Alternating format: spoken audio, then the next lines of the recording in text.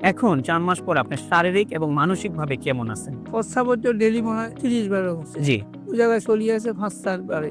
আলহামদুলিল্লাহ। খাবার রুচি থাকতো না। আমি ১০০ গ্রাম ছাড়া ভাত খেতে পারতাম না। ওইটাও আমার আল্লাহর আল্লাহর রহমতে রুচিটাও আজকে খেতে রুচিও আছে। পারতেছেন। জি। তো সব দিকে আমি ২ মাস বাড়ি থেকে কোনো দিকে বাড়তে পারিনি। ২ মাস পরে আল্লাহর রহমতে আমি চেম্বারে বসে রুগীও দেখতেছি এবং এর মাঝে ভিত্তি লাইন ধরিয়ে ওষুধ রাখছি। রুগীও খাইয়ে ওষুধও খাইয়ে মানে আপনি রোগীও দেখতেছেন, আল্লাহর রহমতে আমাদের ওষুধগুলোও খাচ্ছেন। ওষুধও খাইয়ে। যাক আলহামদুলিল্লাহ, আল্লাহ কবুল করুক। আসসালামু আলাইকুম ওয়া রাহমাতুল্লাহি ওয়া বারাকাতুহু। আমি ডক্টর মোহাম্মদ আসলাম, ডিএইচএমএইচ বিএইচবি ঢাকা, বিএইচএমএইচ অনকোর্স ঢাকা বিশ্ববিদ্যালয়। বর্তমানে বিশ্বনন্দিত ক্যান্সার চিকিৎসক অধ্যক্ষ ডক্টর এসএন সারোয়ার স্যারের চেম্বার গণস্বাস্থ্য হোমিওতে ক্যান্সার চিকিৎসক হিসেবে নিয়োজিত আছি। আল্লাহর রহমতে আজকে আমি আপনাদেরকে পরিচয় করিয়ে দিতে যাচ্ছি আমাদের একজন পেশেন্ট, যিনি আলহামদুলিল্লাহ আল্লাহর রহমতে গল ব্লাডার সিএ থেকে উনি আলহামদুলিল্লাহ আল্লাহ ওনাকে মাফ করেছেন। ওনার সাথে আমরা সরাসরি পরিচয় হতে যাচ্ছি এবং ওনার মুখ থেকে আমরা শুনবো ওনার বিস্তারিত চিকিৎসা ব্যবস্থা, ওনার সবকিছু।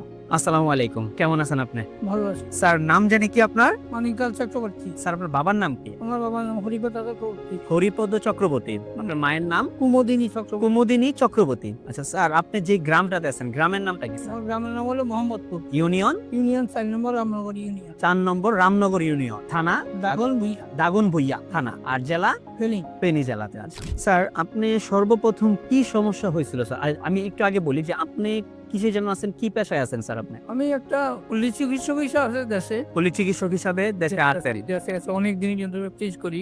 জি। 1976 এর থেকে আমি প্র্যাকটিস। প্র্যাকটিস করতেছেন? হ্যাঁ। আচ্ছা আচ্ছা। তো আমার হঠাৎ করেই সকালবেলায় আমার বুকে ব্যথা ছিল, পরে আসতে পারে। হুম। পেটে যাওয়ার পরে আমি ওষুধ ইনজেকশন যাই দিছি হয়নি। হুম। লগে লগে বাড়ি আমি সিটি স্ক্যান করাইছি, আলট্রা করাইছি। এগুলা করার পরে দেখা যাচ্ছে কিছু কয় না। যখন ঢাকাতে আসলাম পরে ডাক্তার দেখালেও ক্যান্সার, ওরা বলছে যে ক্যান্সার। তখন বলছি যে অপারেশন করতে হবে। তখন আমি বললাম যে কি অপারেশন করবেন? এখানে তো 3টা লেয়ার, আপনি যে অপারেশন করবেন আমাকে, আমার পেটের সামনে হলো পাতলা, 2 নম্বর হলো আমার ডায়াবেটিস, সব গুণে আছে। এখন আমি কতটুকু শিওর আমি যে ভালো বলে সেটা বলতে পারবো না। আচ্ছা আচ্ছা। বলে না আমি তো বলুন অপারেশন করে কাটিয়ে গেছি, না বই থাকবো। কিছুদিন গেলে ধরবো হসা দিলে কইবেন থেরাপি দাও। অনেক সময় থেরাপি দিতে দিতে থেরাপি টানা লাগো, রুগী মরে যায়। হ্যাঁ হ্যাঁ।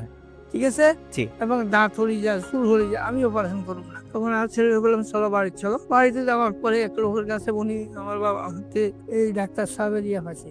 মানে আপনার ছেলে ওই অনলাইনের মাধ্যমে, যে কোনো মাধ্যম থেকে আপনার আমাদের একটা ভিডিও পাইছেন। তখন আমরা এটা নিয়ে এখানে আসছি। আল্লাহর রহমতে আমরা, আপনি যে আমাদের এই চিকিৎসাগুলো করলেন, আপনারা তো ডাক্তার বলছিল যে আপনি এই অবস্থাতে যাবেন, বা যে খারাপ কন্ডিশনটা ছিল সেই কন্ডিশনটা থেকে আল্লাহর রহমতে আমাদের স্যারের চিকিৎসায় আপনার ৪ মাসের মধ্যে দেখলেন যে আপনার ক্যান্সারটা আলহামদুলিল্লাহ নাই। এখন ৪ মাস পর আপনি শারীরিক এবং মানসিকভাবে কেমন আছেন? প্রস্রাবের তো ডেইলি মনে হয় ৩০ বারের হচ্ছে। জি, ওই জায়গায় চলিয়ে আছে ৫-৪ বারে।